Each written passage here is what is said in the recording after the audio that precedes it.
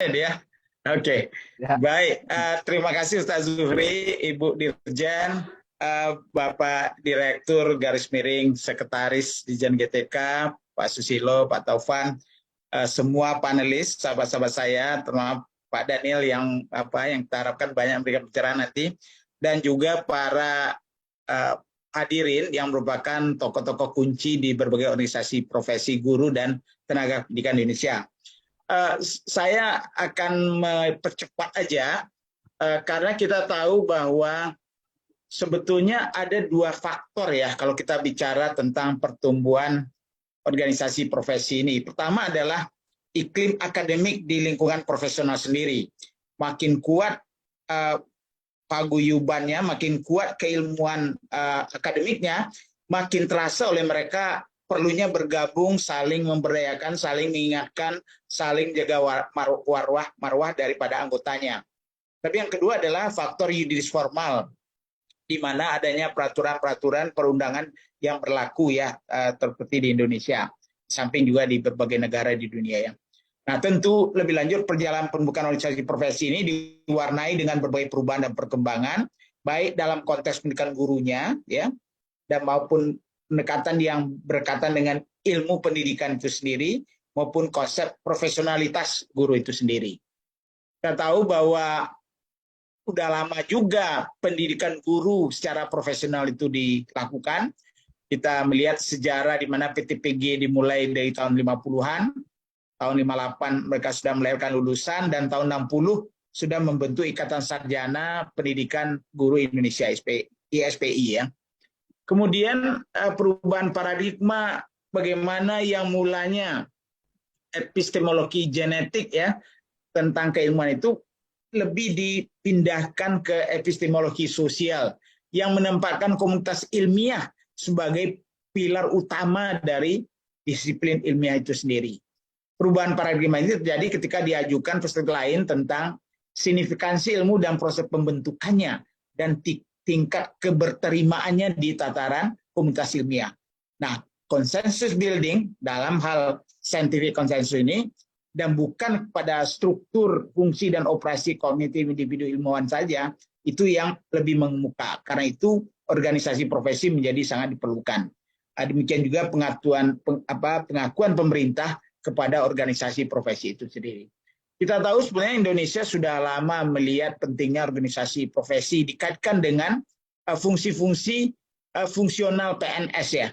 Jadi peraturan Menpan ya atau Kepres, saya Kepres tahun yang kita dapatkan ini ya, Kepres tahun 99 ini sudah membagi jabatan fungsional PNS yang dikelola oleh pemerintah ke dalam 4 kategori: dosen di perguruan tinggi, guru di berbagai jenjang persekolahan, kemudian pengawas, penilai, ahli kurikulum, ahli pengujian, pembelajar biaya suara, dan lain-lain sebagai rumpun jabatan fungsional tenaga kependidikan. Dan secara spesifik disebut pustakawan sekolah, juga merupakan salah satu kategori. Nah, kita juga tahu bahwa kalau kita lihat, pernah ada studi ya, yang merujuk pada tahun 2013, berapa jumlahnya organisasi profesi yang mengatakan dirinya organisasi profesi di Indonesia. Tahun 2013 itu setidaknya lebih dari 100 organisasi profesi ya. Ada berupa asosiasi yang terbesar, kemudian ada forum saja, ada federasi, ada himpunan atau perhimpunan, ada ikatan ya, ikatan 28 organisasi dan seterusnya. Data ini bisa dilihat nanti ya. Tapi yang tidak kalah penting, organisasi-organisasi profesional kependidikan tersebut belum semuanya mewakili seluruh bidang ilmu atau profesi kependidikan. Nah, penulis mengatakan bahwa paling tidak waktu itu 2013 itu ada 19 bidang ilmu atau profesi yang belum memiliki ikatan profesionalnya. Nah, kita tahu bahwa upaya ini sebenarnya sudah dimulai sejak zaman penjajahan ya. PGRI adalah manifestasi organisasi profesi guru tertua di Indonesia yang merupakan penggabungan dulu dari Persatuan Guru Republik Indonesia ya, yang merupakan gabungan dari beberapa organisasi profesi, dua ya, yaitu adalah Guru Hindia Belanda tahun 1912 didirikan, kemudian Persatuan Guru Indonesia PGI yang diganti tahun 1932, dan ini bergabung membentuk PGRI sehingga mempunyai kekuatan dan sejarah yang panjang di Indonesia. Kemudian lahir IGTKI ya untuk Taman Kanak-kanak tahun 50, ada TEFLIN ya untuk guru berbahasa Inggris tahun 53 dan seterusnya. Kita tahu juga perkembangan pesat organisasi sebetulnya selama masa Orde Baru ke bawah itu tidak banyak. Mulai sesudah terjadi reformasi, sejak tahun 2000 itu mulai berkembang. Dan diperkuat lagi pada lahirnya Undang-Undang Guru yang mempertegas upaya-upaya yang dilakukan oleh para reformis menggunakan aura daripada reformasi, di mana independensi, kebebasan berserikat dan segala macam, membuat bertumbuhnya organisasi profesi yang cukup banyak waktu itu ya. Karena ada dua periode itu, dua peristiwa, yaitu reformasi sendiri tahun 1998, dan kemudian adanya undang-undang guru yang secara spesifik mengundang bahwa setiap orang yang setiap guru yang bergabung sama guru membuat organisasi untuk guru dikelola oleh guru itu diberikan kebebasan ya. Nah, kemudian kalau kita lihat lagi, kita tahu bahwa secara yuridis formal tidak ada sebetulnya undang-undang yang mengatakan harus satu ya secara payung. Tapi di undang-undang sektoralnya, nanti Pak Dhani mungkin bisa menceritakan kenapa ID dapat berwilayah satu organisasi, kenapa yang lain tidak. Di guru dulu selama Orde Baru ke bawah, itu kita monopolistik ya, di mana hanya PGRI yang ada. Kemudian sudah reformasi, lahirlah berbagai undang-undang. Tapi tujuannya tetap mulia ya. Nah, karena itu waktu dilakukan evaluasi oleh Pak Farisi ya, ditemukan bahwa hanya separuh kira-kira yang memenuhi syarat-syarat tentang pengaturan organisasi profesi ini ya. Yang separuhnya lagi itu belum, banyak sekali kekurangannya, tapi mereka sudah eksis dan mencoba memberikan jasanya kepada anggotanya, itu guru-guru profesional tadi.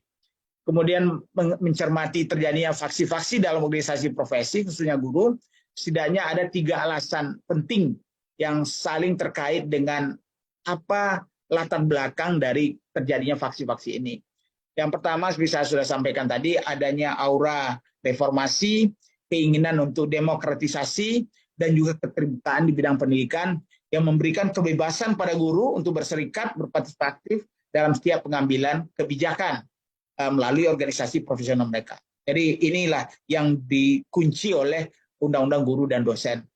Fenomena ini tentu terlihat dari tadi, adanya lahir berbagai organisasi baru, Federasi Guru Indonesia, Independen Indonesia, dan lain-lain ya, yang merupakan wujud daripada faktor pertama tadi.